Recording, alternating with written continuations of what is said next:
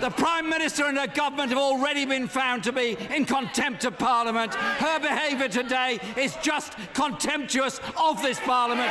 Labour leader Jeremy Corbyn absolutely, completely, utterly destroyed Theresa May during question time on Wednesday. Now, before I get to those clips, I want to just kind of summarize right now what is happening in the UK because there is a lot going on. So this week there was supposed to be a vote on the Brexit deal, on Theresa May's Brexit deal. But she knew that she didn't have the votes to pass it, so she delayed that vote. Now, after she delayed that vote, there was madness in Parliament. So there was a vote of no confidence that ended up being a vote of confidence for her. So she got 200 votes in favor and 117 votes against, meaning that she can still be the leader for the next year. But today, UK PM Theresa May confirmed she will quit before the next election in 2022. Now, that is the next scheduled election. But the way things are going, it seems like there's going to be an election called before then. But we're going to have to wait and see. Now let's get to these clips that I have two clips here. The first one kind of sets up the next one, but just watch. This is the first clip. Mr. Speaker, I'm delighted to see the Prime Minister back in her place after her little journeys. Having told the media this morning that she's made progress, can she now update the House on what changes she has secured to her deal? Can I say to the right honourable gentleman, I did travel to Europe yesterday and meet a number of heads of government in the Commission and the European Union Council. That's precisely because I had listened to concerns that were raised in this House and have taken those concerns to Europe. And no one that I met yesterday is in any doubt about the strength of concern there is in this House on the issue of the duration of the backstop. But I'm interested that the right honourable gentleman wants to know what progress we have made, because actually the right honourable gentleman couldn't care less what I bring back from Brussels. He's being clear. Whatever comes back from Brussels, he's going to vote against it, because all he wants to do is to create chaos in our economy.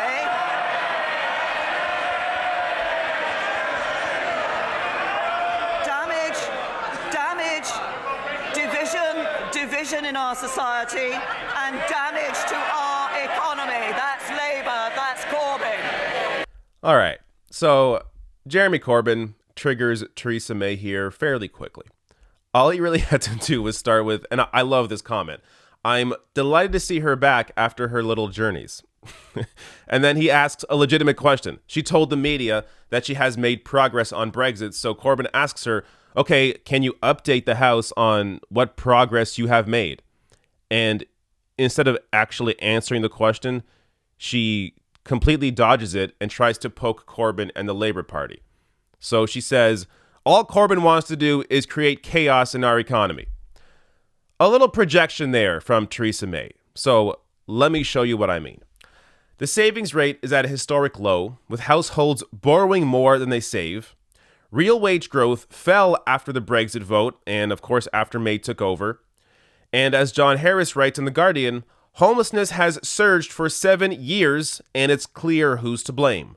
The Tories' ruinous policies have seen rough sleeping soar, and universal credit will pile on the misery for thousands more. And Theresa May appears to agree herself, admitting that homelessness is a source of national shame in a major speech on tackling the housing crisis. Now, that's also not to mention that there have been cuts to healthcare, cuts to police, cuts to schools, and of course her Brexit deal, which is estimated to cost the UK over £100 billion over a decade. So, who is really damaging the economy here? Theresa May is just completely projecting.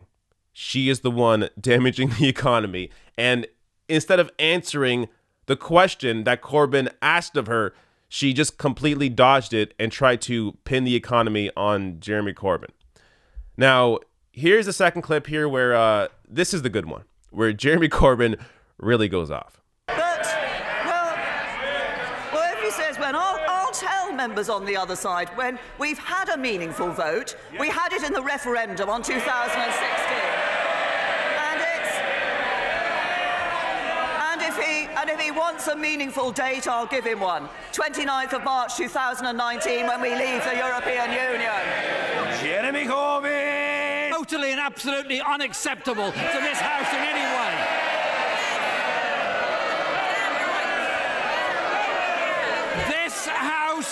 This House agreed a programme motion. This House agreed the 5 days of debate. This House agreed when the vote was going to take place. The government tried to unilaterally pull that and deny this House the chance of a vote on this crucial matter. The Prime Minister and her government have already been found to be in contempt of Parliament. Her behaviour today is just contemptuous of this Parliament and of this process. Mr. Speaker, the Prime Minister's appalling behaviour needs to be held to account by this House, as indeed the people of this country are more and more concerned about the ongoing chaos at the centre of her government. There you go. Jeremy Corbyn is what every socialist / democratic socialist leader should aspire to be. At least in terms of, I believe, in his presentation, his ability to really go after his political enemies with facts, with emotion, with actually showing care for real people. So that's what Jeremy Corbyn represents. He represents the anger that many people in the UK feel towards this Tory government and towards Theresa May. This is rare in politics. I would like to see someone like Bernie Sanders have a little more of this. I want to see Jagmeet Singh in Canada have a little more of this. Have some real fight in you. Now, I mean, I don't want to get too deep into Canada here, but it would help if Jagmeet Singh actually has a seat in the House of Commons. But in terms of, Bernie Sanders, he has this in terms of the subject matter, in terms of the content, but he doesn't have it in terms of the anger. And maybe it's just because of the way that the American politics is set up differently than parliamentary politics. So that's, I think, part of it. But having Corbyn here as really a strong voice for the British people shows you that you can do so much better. Jeremy Corbyn is so much better. Jeremy Corbyn is promising to fight for actual people and push back against the corporations and push for things like worker co-ops and push for higher wages and housing, universal housing. So he has ideas that would benefit people to a much higher degree than austerity. I mean, has austerity ever worked ever? Ever? I mean, point to anything. Every time I see these governments implement austerity in terms of, cutting services to people, has that ever turned around?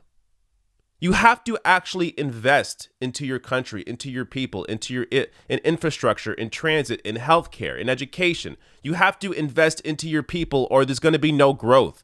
The idea that cutting down on these services that benefit the vast majority of people, that doing that will somehow benefit your country in the long run, I don't get it because there is no proof of it. So Theresa May has to go. This Tory government has to go.